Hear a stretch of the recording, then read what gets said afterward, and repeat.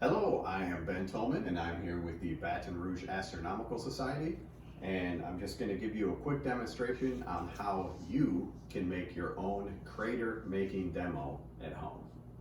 Now, of course, craters are large holes that were created by asteroid or meteor impacts. Usually we're used to seeing them on the surface of the moon.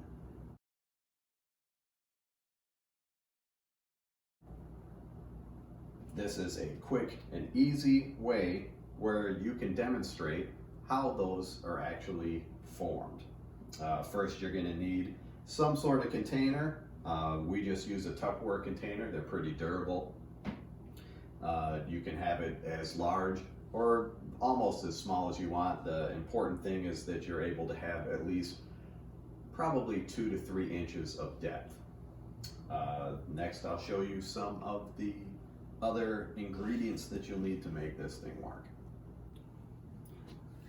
Okay, so inside, the first thing you do is you just get a bag of white flour, and you're going to dump that flour inside your container to about, like I said, 1 to 2 inches of depth. So that's going to be pure white in here. Next, you're going to get just some basic cocoa powder. And a little sifter works really well for this. So you gently sift a nice layer of cocoa powder over the top of the white flour. Now what this does is simulates the surface of the moon, which has much darker material on top because it's been up there cooking in the sunlight for thousands to even billions of years. And the material underneath is going to be much lighter by comparison.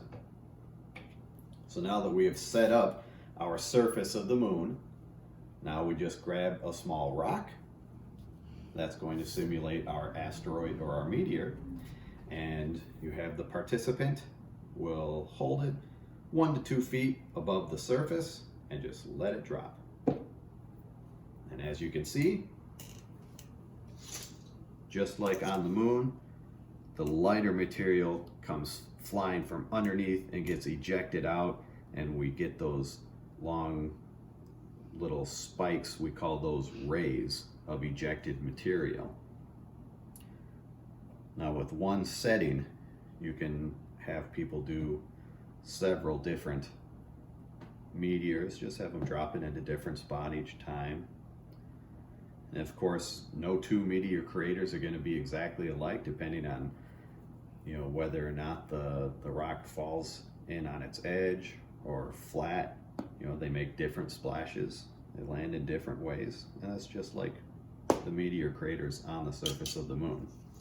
Of course, we have some sort of a small little leveling stick. After a while, you're going to have a pretty heavily cratered area, and so we need to use that like a little Zen garden here to re-smooth out our surface of the moon.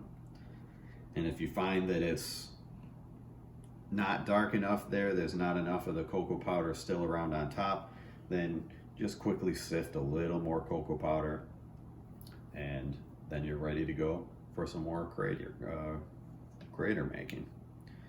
One other nice thing to have sometimes is just a spoon.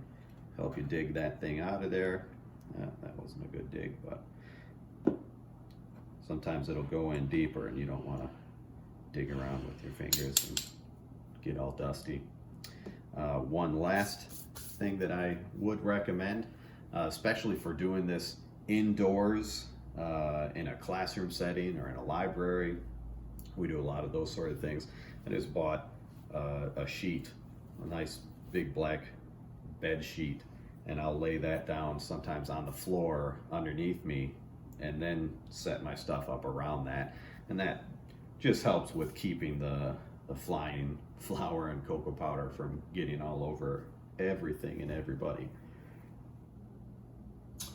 And once again, I am Ben Tolman with the Baton Rouge Astronomical Society, Hope that you've enjoyed this quick little demo on how to make your own crater making demonstration at home. So enjoy your day. Thanks.